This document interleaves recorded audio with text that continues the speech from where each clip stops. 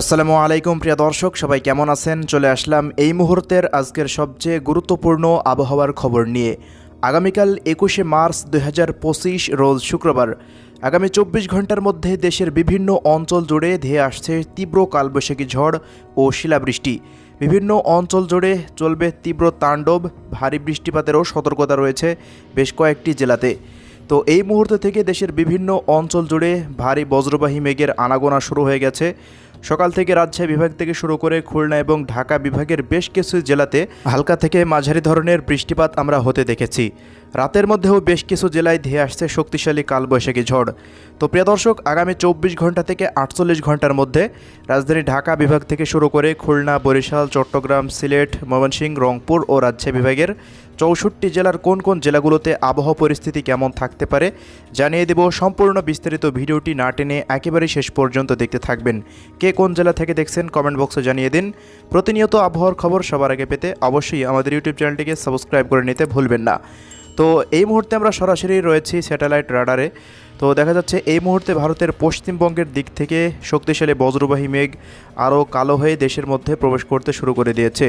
এই মুহূর্তে ঢাকা বিভাগের প্রায় প্রত্যেকটা জেলার আকাশ আমরা পুরোপুরি মেঘলা দেখতে পাচ্ছি। পাশাপাশি এদিকে খুলনা বিভাগের প্রত্যেকটা অঞ্চলের আকাশও এই মুহূর্তে মেঘলা থেকে মেঘাচ্ছন্ন হয়ে রয়েছে। বেশ কিছু অঞ্চলে এই মুহূর্তে মেহেরপুর এবং যশোর, চুয়াডাঙ্গা, মাগুরা এই সমস্ত অঞ্চলগুলোতে, কুষ্টিয়ার কয়েকটি জায়গাতে নিরবিচ্ছিন্নভাবে হালকা মাঝারি বৃষ্টিপাত হতে দেখা গেছে। এবং রাজশাহী বিভাগের রাজশাহী, পাবনা, এদিকে দেখুন ভাঙ্গুড়া থেকে শুরু করে তাড়াশ, এদিকে নন্দীগ্রাম, বগুড়া, এদিকে শিবগঞ্জ, এরপর আক্কেলপুর, আদমদিঘি, চাঁপাইনবাবগঞ্জ, গোমস্তাপুর এই সমস্ত অঞ্চলগুলোর আকাশ পুরোপুরি মেঘলা হয়ে রয়েছে। এদিকে কুষ্টিয়া, ভেড়ামারা, দৌলতপুর থেকে শুরু করে দেখুন আলমডাঙ্গা, খোকসা, কুমারখালী, এদিকে মেহেরপুর, গাংনী, দামুড়হুদা, চুয়াডাঙ্গা, মাগুরা, কোটচাঁদপুর, এরপর হরিণাকুণ্ডু, শৈলকুপা, কোটচাঁদপুর, যশোর, নড়াইল, এরপর এদিকে দেখুন অভয়নগর থেকে শুরু করে খুলনা, শ্রীকান্তপুর, বাগেরহাট প্রত্যেকটা অঞ্চলের আকাশ মেঘলা থেকে মেঘাচ্ছন্ন দেখাচ্ছে। পাশাপাশি ময়মনসিংহ বিভাগেরও ময়মনসিংহ, শেরপুর, জামালপুর, নেত্রকোনা, তারাকান্দা, ফুলপুর, নলিতাবাড়ি, বাহাদুরবাদের আশেপাশ দিয়ে আকাশ পুরোপুরি মেঘলা থেকে মেঘাচ্ছন্ন হয়ে রয়েছে।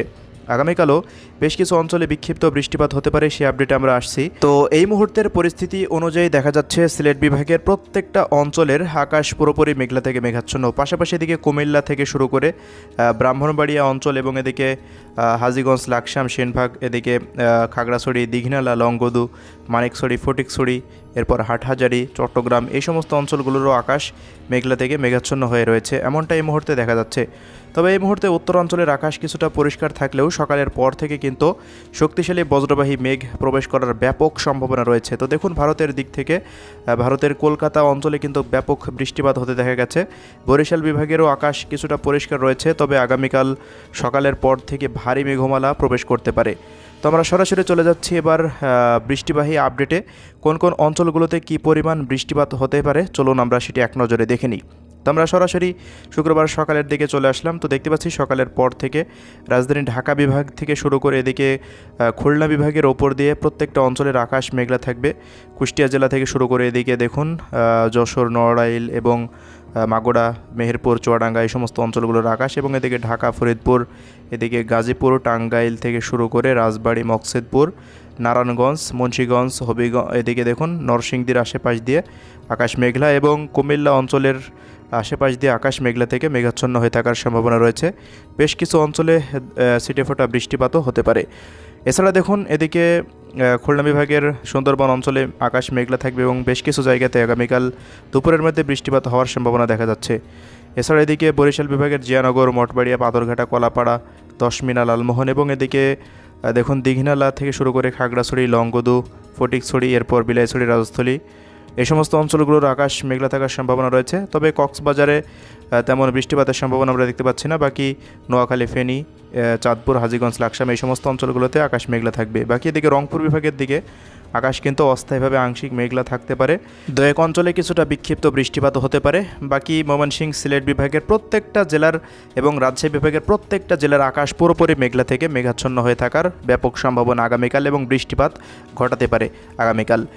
এই হলো পরিস্থিতি প্রিয় দর্শক। এর পরবর্তী সময়ে আস্তে আস্তে মেঘের তীব্রতা আরও বাড়বে এবং ভারতের দিক থেকে কলকাতার দিক থেকে মূলত শক্তিশালী বজ্রবাহী মেঘ দেশের মধ্যে প্রবেশ করবে এবং বেশ কিছু জায়গাতে রাজশাহী বিভাগ এবং খুলনা, বরিশাল, ঢাকা, এবং এদিকে সিলেট বিভাগের বেশ কিছু জায়গায় শিলাবৃষ্টি হওয়ার সম্ভাবনা রয়েছে। এছাড়া রংপুর বিভাগের দিকে 22 তারিখের পর থেকে মেঘমালা প্রবেশ করবে। তো আমরা সরাসরি 22 তারিখের আপডেটে চলে যাচ্ছি। তো দেখুন 22 তারিখের পর থেকে কিন্তু এই যে রংপুরের দিক দিয়ে কিন্তু ব্যাপক মেঘ প্রবেশ করছে।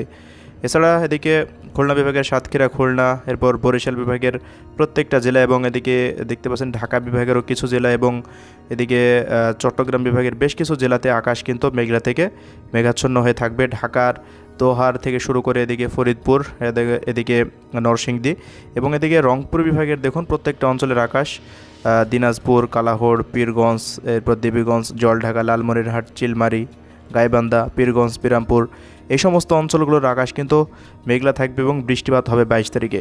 22 তারিখের পর দেখুন দুপুরের পর থেকে আস্তে আস্তে মেঘের তীব্রতা আরও বাড়বে এবং লালমনিরহাট এবং পঞ্চগড়, দেবী, বোদা এই সমস্ত অঞ্চলগুলোর আকাশ মেঘলা থাকার সম্ভাবনা এবং ব্যাপক বৃষ্টিপাত ঘটাতে পারে। ঢাকায় দেখতে পাচ্ছি আমরা এই কদিন ব্যাপক বৃষ্টিপাতের কিন্তু সম্ভাবনা উঠে আসছে। তবে বৃষ্টিপাত হয়েছে কিনা আপনারা কে কোন মুহূর্তে থেকে আপডেটটা দেখছেন অবশ্যই কমেন্ট বক্সে জানাতে ভুলবেন না। তো প্রিয় দর্শক দেখুন 22 তারিখে রাতের নাগাদ একটি শক্তিশালী বজ্রবাহী মেঘ রাজশাহী বিভাগ দিয়ে প্রবেশ করতে পারে। তো রাজশাহী, চাঁপাইনবাবগঞ্জ, পটনীতলা, আক্কেলপুর, জয়পুর এবং জয়পুরহাট থেকে শুরু করে এদিকে নন্দীগ্রাম, তারপর নাটোর, পুঠিয়া, লালপুর, পাবনা, ভেড়া, ভাঙ্গুড়া, শিবালয়া, পাংশা থেকে শুরু করে ফরিদপুর এবং এদিকে মানিকগঞ্জের আশেপাশ দিয়ে ব্যাপক বৃষ্টিপাত হওয়ার সম্ভাবনা রয়েছে। এদিকে কুষ্টিয়া, মেহেরপুর, চুয়াডাঙ্গা, ঝিনাইদহ, মাগুড়া, এরপর যশোরের আশেপাশ দিয়ে ব্যাপক বৃষ্টিপাতের সম্ভাবনা কিন্তু আমরা লক্ষ্য করছি। এছাড়াও প্রিয় দর্শক এদিকে দেখুন ময়মনসিংহ বিভাগের প্রত্যেকটা অঞ্চলে কিন্তু 4 জেলাতেই বৃষ্টিপাতের কিন্তু সম্ভাবনা থাকছে 22 তারিখে।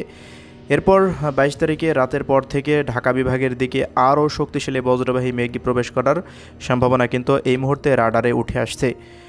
তো আমরা আরও পরবর্তী সময়ের দিকে চলে যাব, দেখা যাক পরবর্তী সময় কোন কোন অঞ্চলগুলোতে কি পরিমাণ বৃষ্টিপাত হতে পারে। তো প্রিয় দর্শক আমরা সময় নষ্ট না করে একেবারে 23 তারিখের আপডেটে চলে আসলাম। তো 23 তারিখে দেখতে পাচ্ছেন পঞ্চগড়, লালমনিরহাট এই সমস্ত অঞ্চলগুলোর ওপর দিয়ে একটি শক্তিশালী বজ্রবাহী মেঘ প্রবেশ করবে।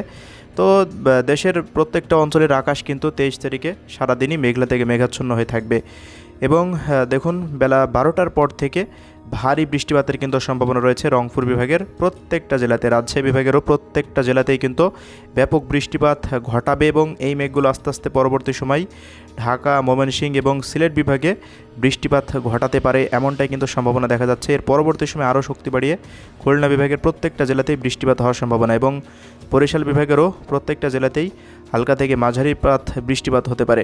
এরপর এটা আস্তে আস্তে রাতের নাগাদ দেখুন চট্টগ্রাম বিভাগের দিকে প্রবেশ করতে পারে। ওই মুহূর্তে কুমিল্লা, সেনবাগ, চাঁদপুর, নোয়াখালী, ফেনী, চৌমুহনী এই সমস্ত অঞ্চলগুলোতে কিছুটা বৃষ্টিপাত হতে পারে। এরপর 24 তারিখের আপডেটে চলে আসলাম। 24 তারিখে সারা দেশের আকাশ কিছুটা অস্থায়ীভাবে আংশিক মেঘলা থাকতে পারে, তেমন বৃষ্টিপাতের সম্ভাবনা থাকছে না। তো এরপর হলো 25 তারিখের পর থেকে আবহাওয়া আবার স্বাভাবিক হয়ে যাবে। তো দর্শক এই ছিল আমাদের হাতে থাকা আজকের আবহাওয়ার রিপোর্ট। কে কোন জেলা থেকে দেখছেন কমেন্ট বক্সে জানাবেন। আল্লাহ হাফেজ।